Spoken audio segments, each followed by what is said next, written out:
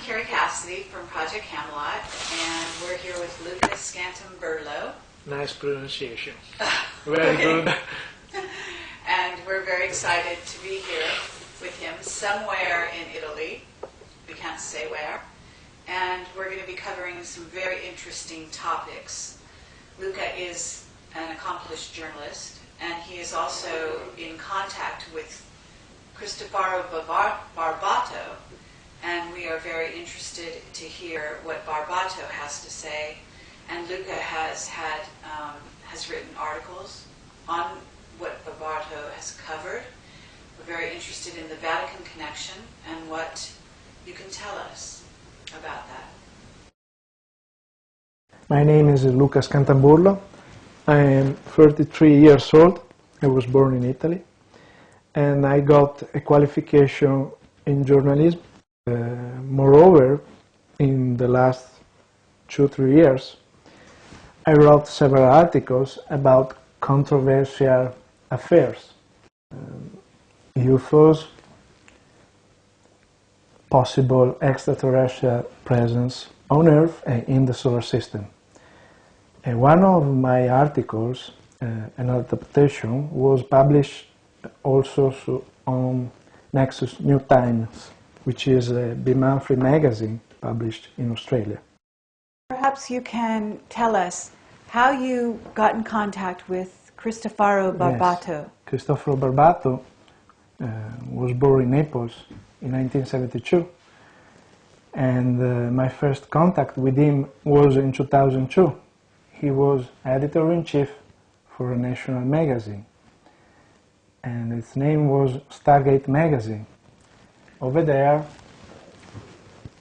on the bottom, there are some copies of the magazine, the Italian magazine, for which Barbato was editor-in-chief. Stargate magazines on the right, and on the left there is a copy it's like a tableau of another magazine for which Barbato worked in Rome. Exactly, Carrie. The name is Extraterrestre. Now it doesn't exist anymore, and that one was one of the magazines which talked about UFOs and related phenomena.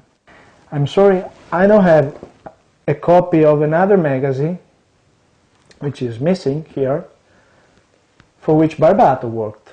It was Stargate. No Stargate magazine, like them, just Stargate. And that magazine, Barbato wrote several articles about the third Secret of Fatima. That time, I didn't buy them, even I didn't know them.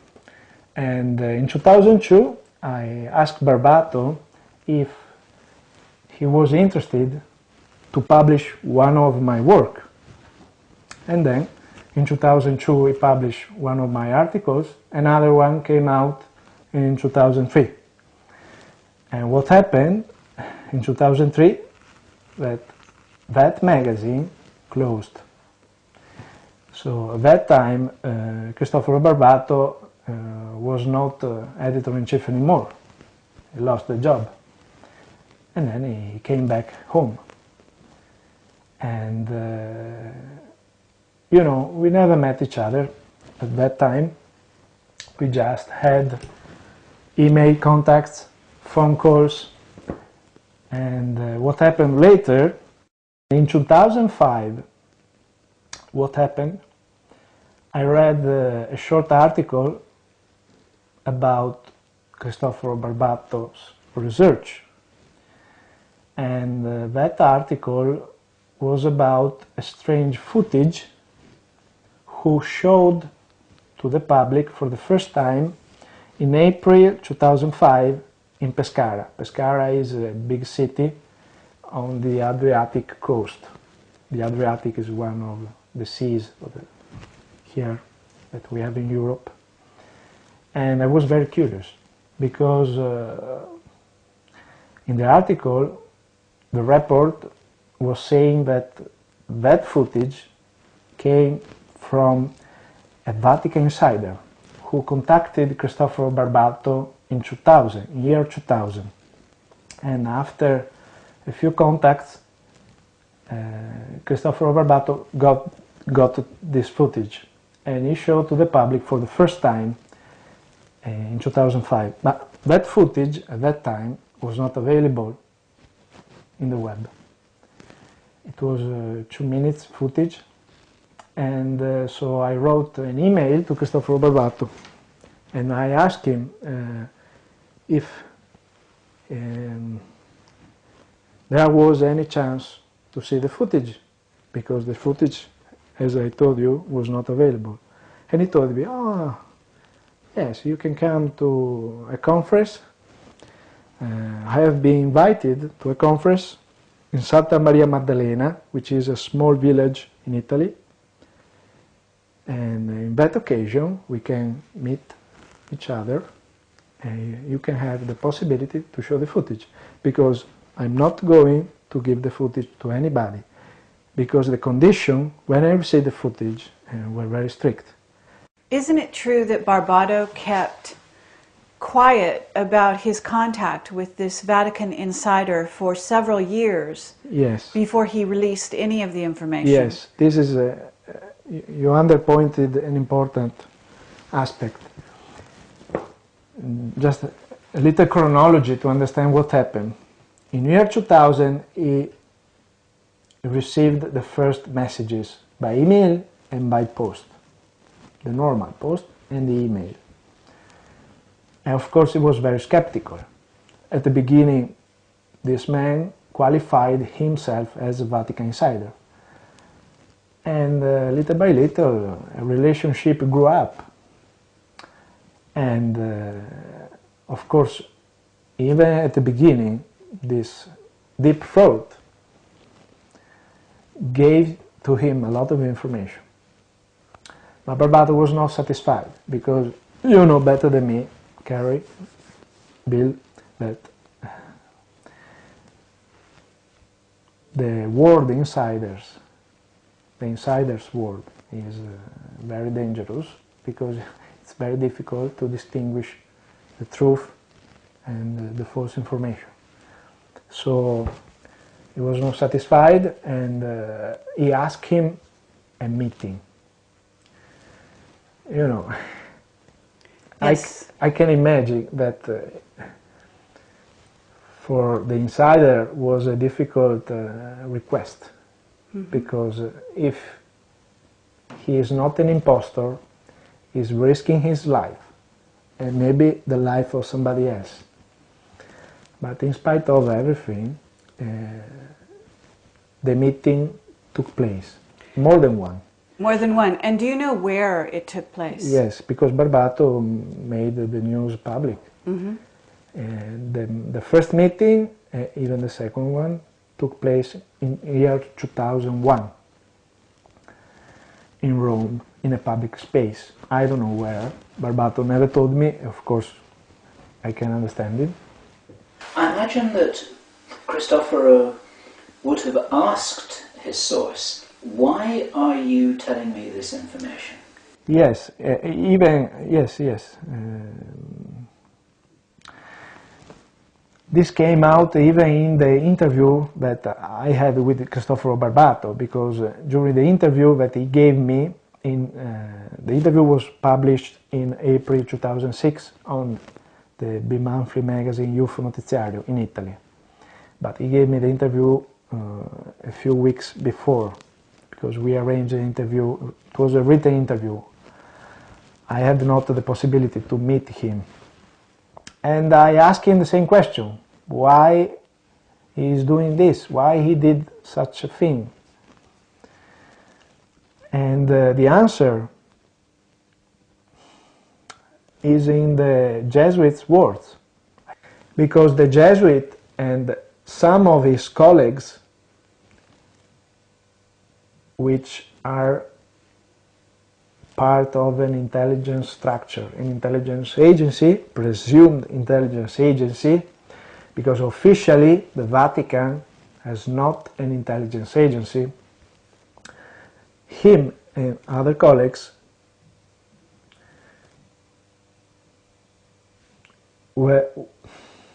have, maybe, I think, they had a moral problem. They knew that the events that sooner or later will come in the following years, even now, because this happened in the past, it happened in year 2000, would involve all the creatures of the earth, nobody excluded. All the creatures. All the creatures, it means, of course, every latitude of the planet. Mm-hmm. I think they had a moral problem.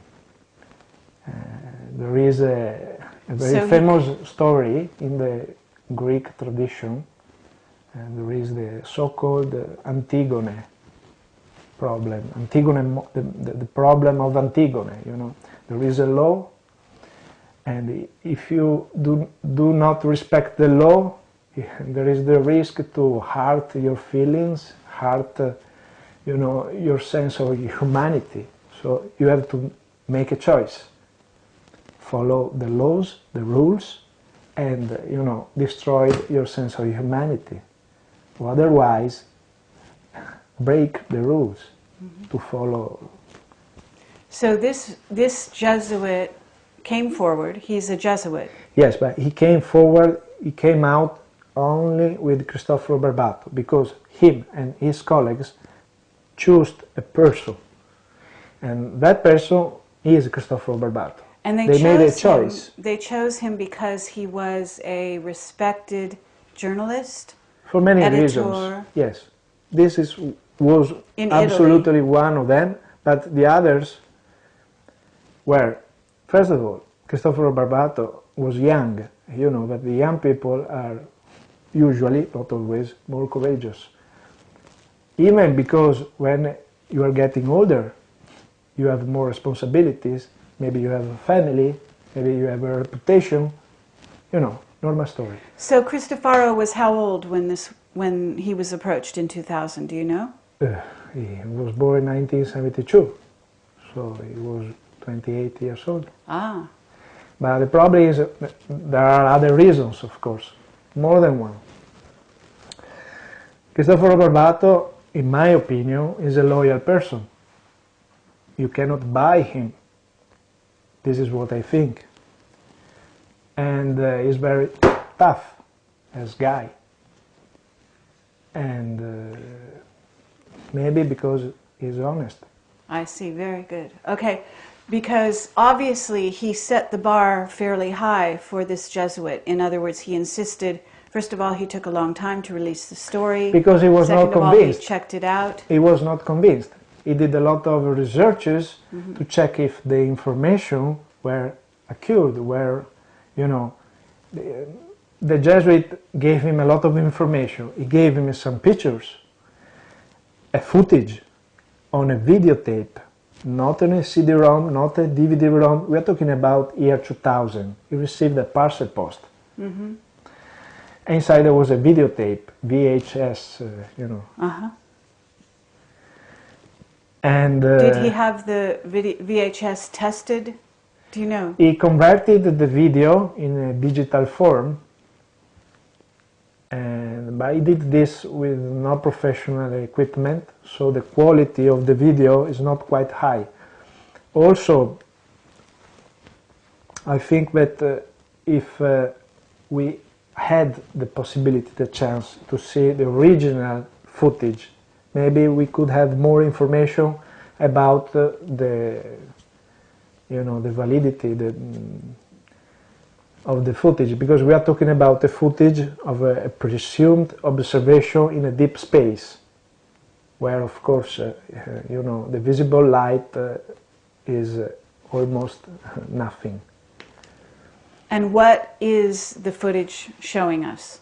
Yes, the footage, it seems that the footage shows a planetoid not known to the modern astronomy, to the official knowledge of the modern astronomy. It's an editing also. This is another important thing. I mean, there are two different parts put together. Okay, but it was shot with a camera on With a what camera spacecraft? on a space probe, which, according to his deep throat, belongs by secrecy to the Vatican. The name of the space probe would be Siloe. Siloe, by the way, is a biblical word that you can find in your Bible, in the New Testament, a couple of times. I don't remember the exact point, but anyway, it's a story about what Jesus Christ did during those far days in Palestine. There was a blind man, am I correct? He was not able to see, and Jesus Christ did something and said to him, now you can go to the Siloe source of water, wash your eyes over there, and you will have your sight again. You will have your sight. And this is what the man Is did. this, in English, would we say silo? Yes, Siloe. Silo? Yeah. The spelling is S-I-L-O-E. Siloe. Okay. Is a place in Jerusalem which is sacred to the Christians.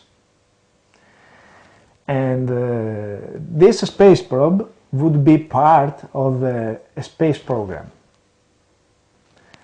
Who is supposedly built the space probe? This presumed space probe would have been produced, arranged in Area 51, Nevada, by the Lockheed Martin.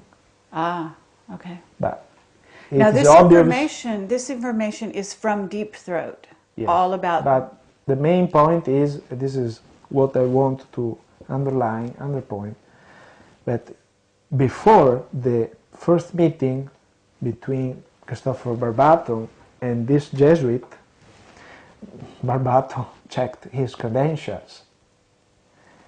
And he did this before and even during their first meeting, because the Jesuit showed his credential to Barbato.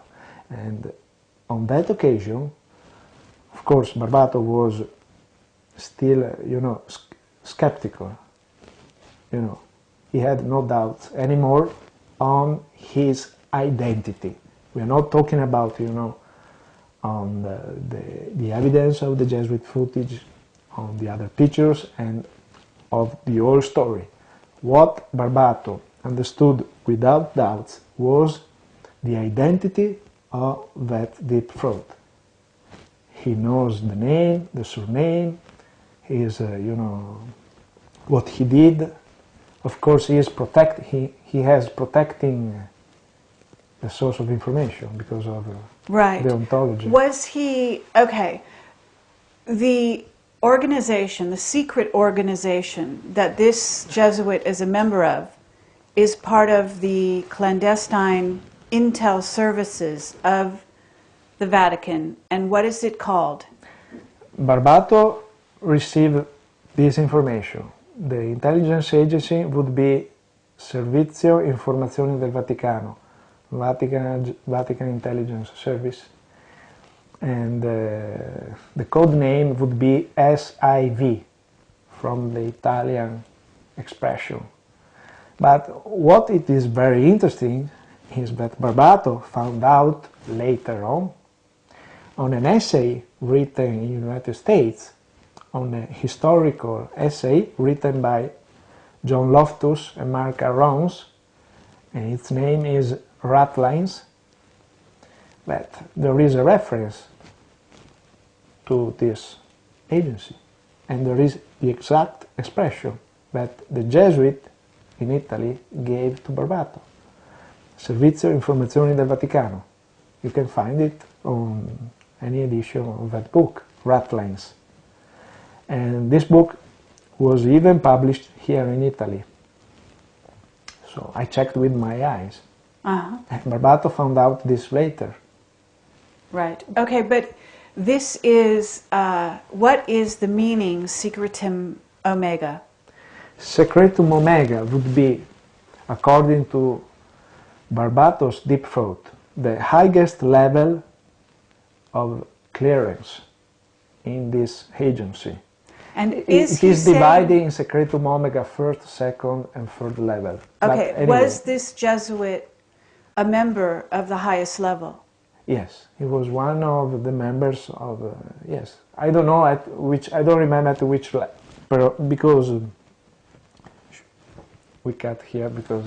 Sorry. That's okay. You know, it's very difficult for me. Start again with this part.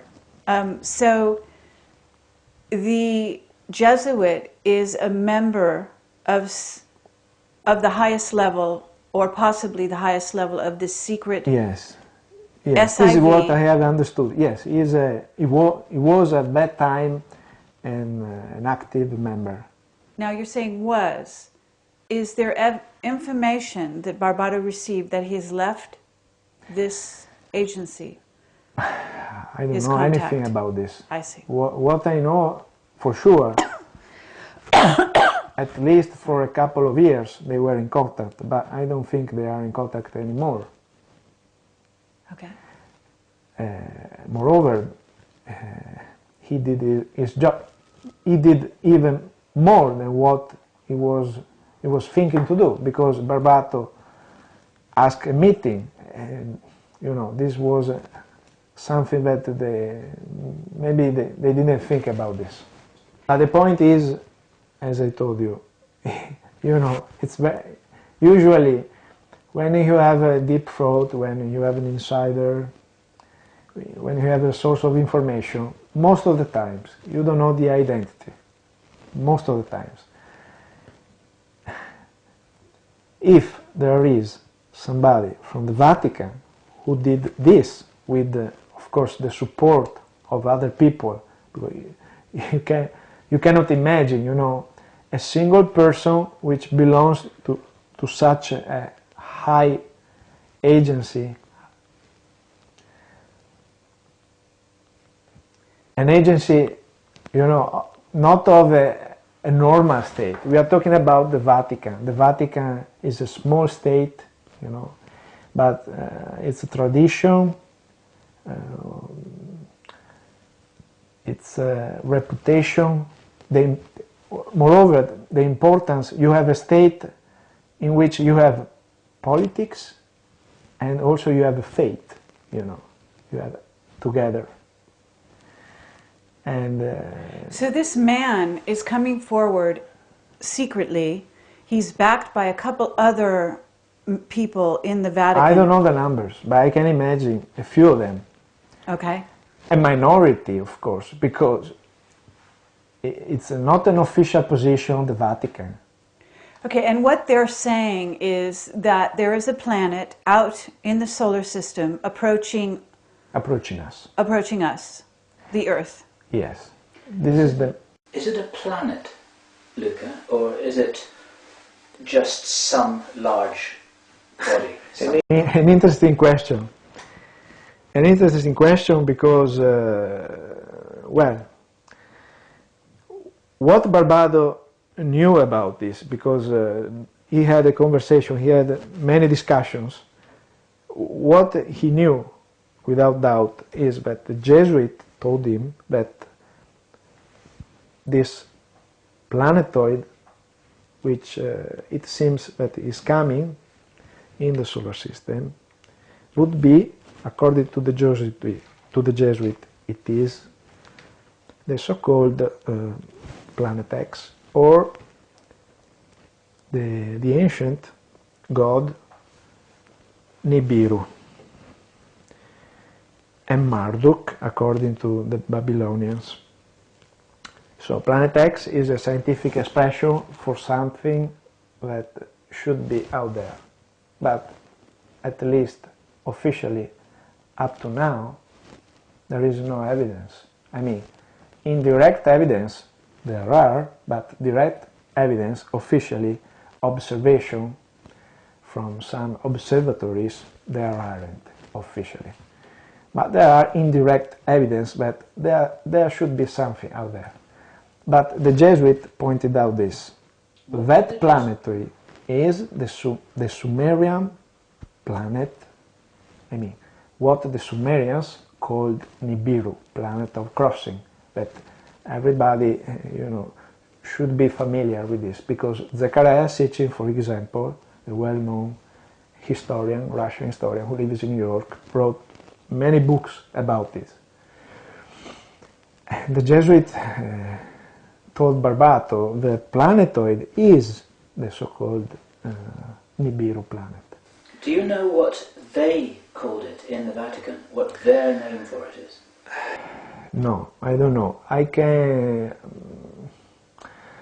have some ideas about this, because if you look the New Testament, the John's book, the book of Revelation, the last book of the Bible, there is a passage in which maybe there is a reference to this body, but if you consider that book, the book of Revelation, not just a book about metaphysical or just a future which will involve the spiritual forms. No, if you consider that book as a book with, how can I call them? Future events, but A prophetic. written in symbolic, how do you Language. in symbolic Symbols. language, If you consider that book under these terms, there is a strange passage in which there is a word. This word is wormwood. Ah, yes.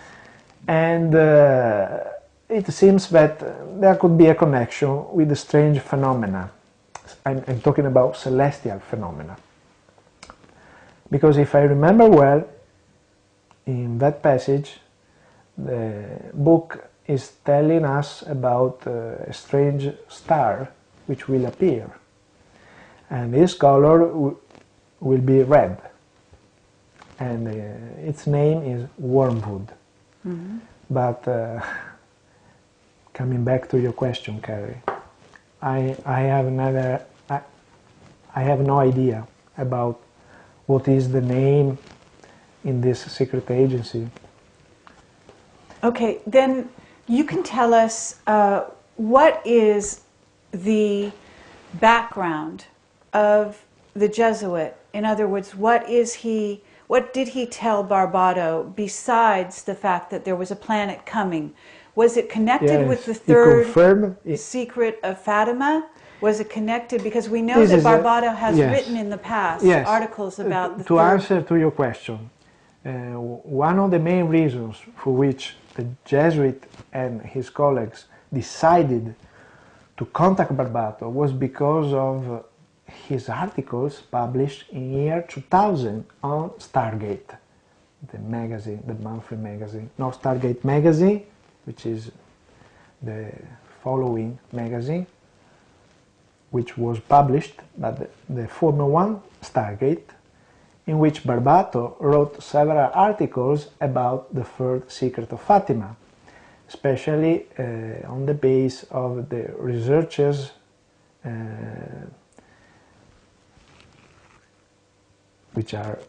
who are Portuguese researchers. Fina d'Armada, and the other gentleman is an historian.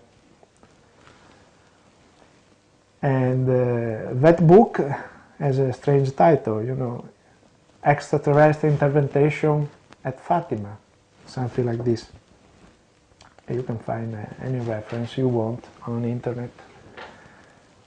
And because of his articles about the first secret of Fatima, and at that time, year 2000, there was also the conference press held by the Vatican, and there was the official revelation by the Vatican of the first secret of Fatima.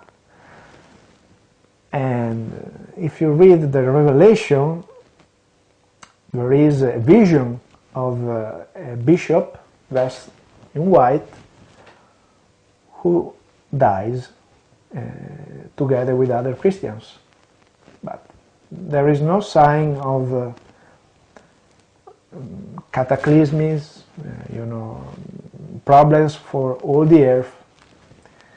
But, for example, there is a nice book, this one, written by a very famous Italian journalist.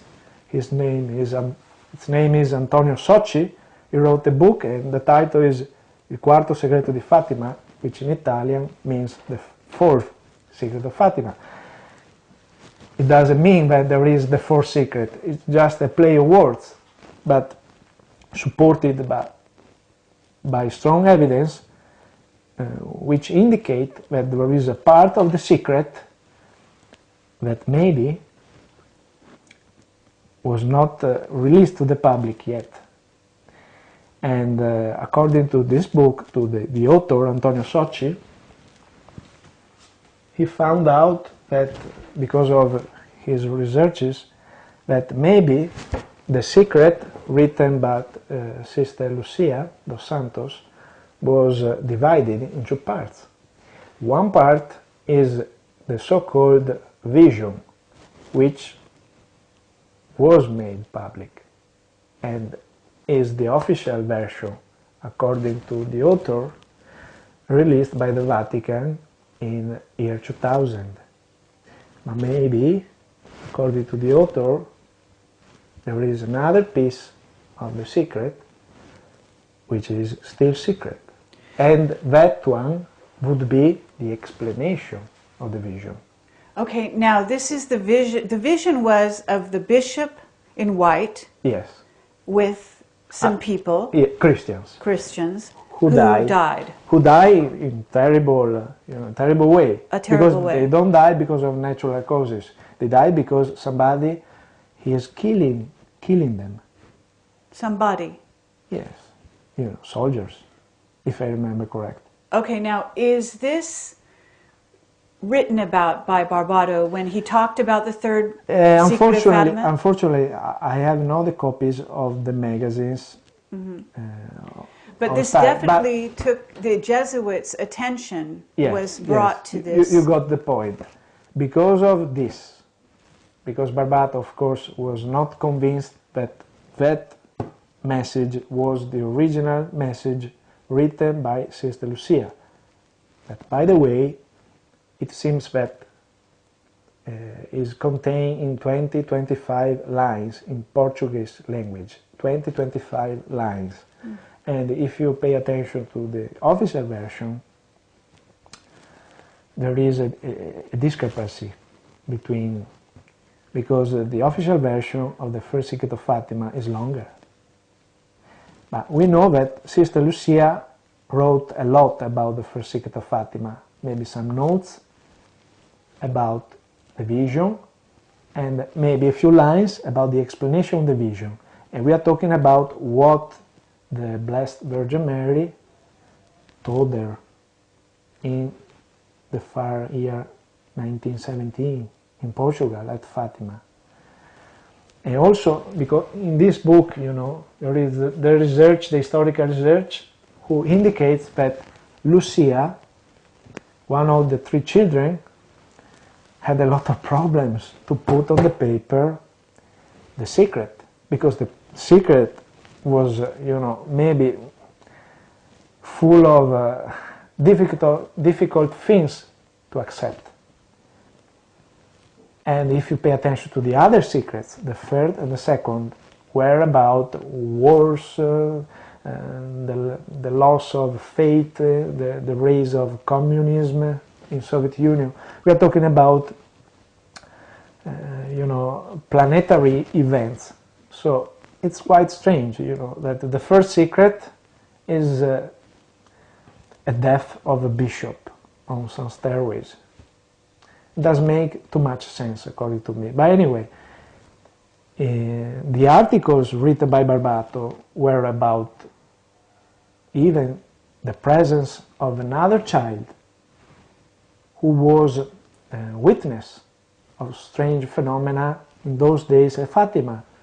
If I remember well, her name was Carolina Pereira, if I remember well. And so the children who were witnesses were 4, not 3. I mean, in front of the crowd, when there was some miracle, there were three children, but there was another one, the 4 witnesses. But most important was the contribution of the Portuguese book written by Fina d'Armada. According to Joaquim Fernandes and Fina d'Armada, who are the authors of an outstanding book published in Portugal in 1982 about a possible extraterrestrial presence at those times, there was one more child involved in the strange phenomena at that time. Moreover, this is the most important thing. What did they do? They checked the original transcript of the children, what they said at the beginning. Another point that I want to make very clear, I'm not saying that the Blessed Virgin Mary doesn't exist. This is very important. We had so many apparitions in Europe, in France, in Italy, even you are, I'm sure, familiar with the Medjugorje presumed apparition in Okay, but we the believe ex-Yugoslavia. certainly these are visions and apparitions, as you call them, of what appears to be the Virgin Mary. Anything is possible if it is generated by ETs. Something happened for sure, because in the last apparition you had thousands and thousands of people who were witnesses of the so-called sun miracle, the miracle of the sun, And of course, under the astronomical point of view, the sun, nothing happened to the sun. Maybe something, came from the heaven, from the sky, and it looked like a sun. It was not a sun. And there were many journalists, and there were witnesses. They wrote articles on the newspapers, the Portuguese newspaper. Something happened at that time. But what did the children say? That you said they went back to the original testimony of the children. Yes, the authors of the Portuguese book checked the original papers, where there were, the original words, and they understood that at the beginning the impressions of the children were that there was a strange creature, apparently female. She did not move the lips, for example. She looked like maybe 14, 16 years old, so she was not a woman. Mm-hmm. She was a teenager. Okay. She had something in the hands, like a spear. She has a dress, a strange dress, a strange suit. She did not like the Blessed Virgin Mary, but this does not mean that the Blessed Virgin Mary does not exist, of course. So, because of so the is this Barbato what Barbato wrote about? Yeah, Barbato studied the Portuguese book. This book is not published in Italy, in Italian. Barbato studied the original one. Oh, wonderful. Anyway, because of this, other consideration made by Barbato on the base of other, churchmen, theologians, priests, who were not too much happy about the official version. And Barbato wrote several articles, and So this had to catch the attention of the Jesuits, yeah, and had to do with why they chose. But they were following him even before. I see. Because, and you know this because they told him this? Yeah, I think so. Yes, this is what I understood, from my contacts with Barbato. Okay, and we're going to speak with him today. Is that right? Yes. Okay. So here you have this mystery. You have the third secret of Fatima. You have him chosen. Excuse me if I interrupt you. Absolutely. The strange thing is that Barbato did not come out with information about the first secret of Fatima. There is not a single word about the first secret of Fatima. Maybe because it was a choice made by the Jesuits. Maybe because it was a choice made by Barbato. But anyway, according to me, in my opinion,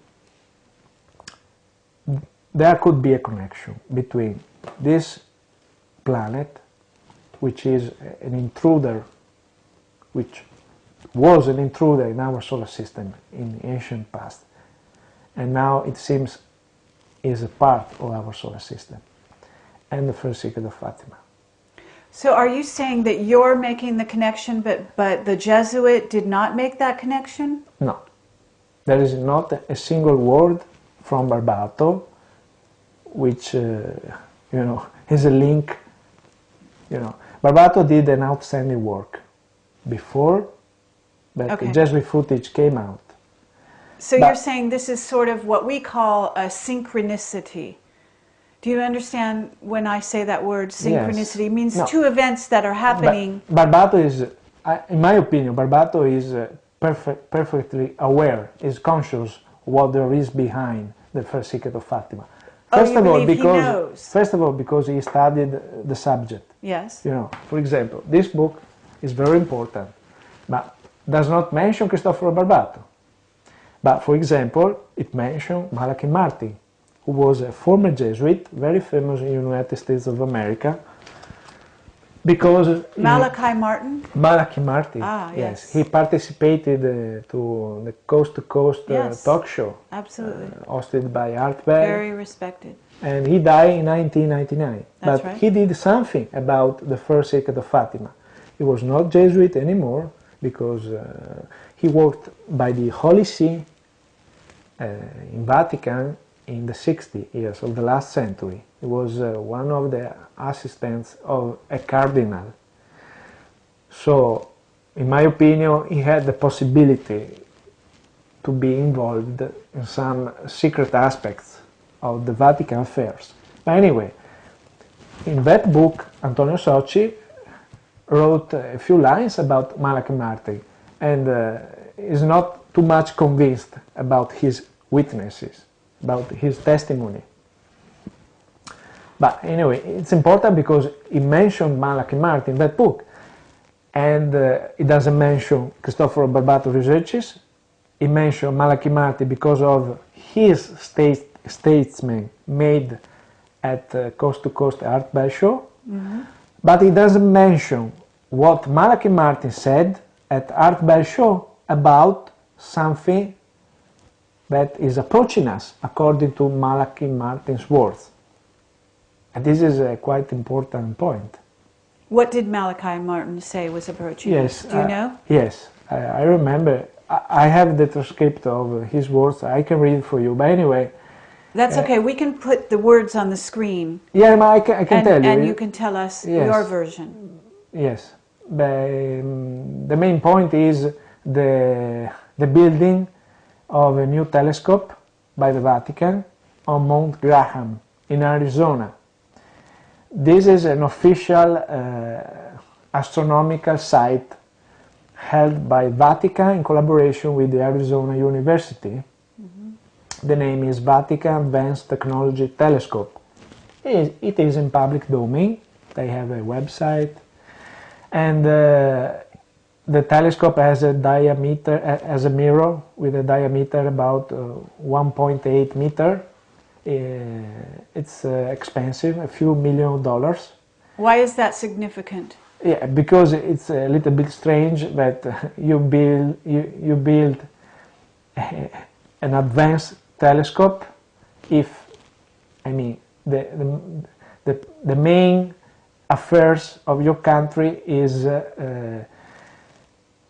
keeping the faith, the Catholic faith alive. So the question made by Art Bell to Malachi Martin was, why did they do this, Father? And the answer of the former Jesuit, Malachi Martin, was the following, if I remember.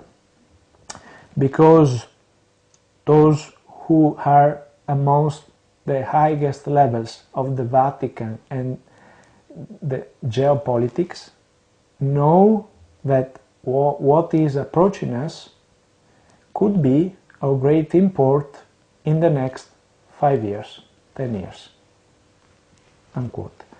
And this was said in 1997. Now we are in 2008, but you know, the problem is that we are facing radical climate changes.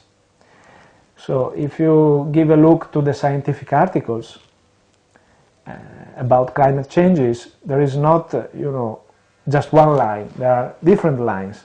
There are many scientists who say, yes, the radical changes, the climate changes, we are guilty of this because of the pollution, because of the... Right, but they're also saying, and we've interviewed David Wilcock and Richard Hoagland about this, which is saying that the outer planets of our solar system are heating up. Yeah, as a matter of fact, Richard Hoagland is author, if I remember well, of the first article written in 2003 about climate changes in the solar system. Mm-hmm. Was made available on his website. Yes. Enterprisemission.com. That's right. And it was in 2003.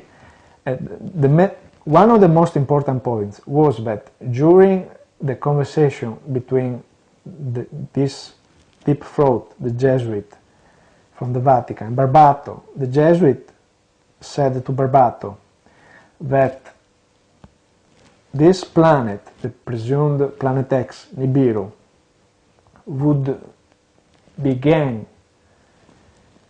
have began to affect the solar system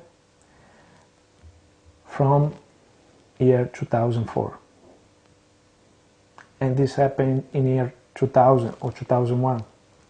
So why did Barbato stay silent about the story until 2005? Wasn't it 2005 that he released it? Yes, he came out from the booth, you know, in April 2005, when he was one of the spokesmen at a conference in Pescara held by a local association, UFO Observer. For many reasons, but the most important was that he didn't realize his source of information, in spite of he checked the credential, in spite of he checked, you know, the studies of Zecharia Sitchin. This is his last book about the Earth Chronicles, and it talks, of course, about End of Days. End of Days. Yes. If you could hold that up so we can get that would be, yes. And so Barbato did a lot of researches about the information that the Jesuit gave to him. So it took him that long to become certain that it was okay to I think he was afraid, because this story, you interviewed Bob Dean, yes, the former Sergeant Major. That's right. And he used an expression that I like so much about extraterrestrial affairs, about possible extraterrestrial presence in our solar system. He said this story is dynamite. Yeah, I perfectly agree with him.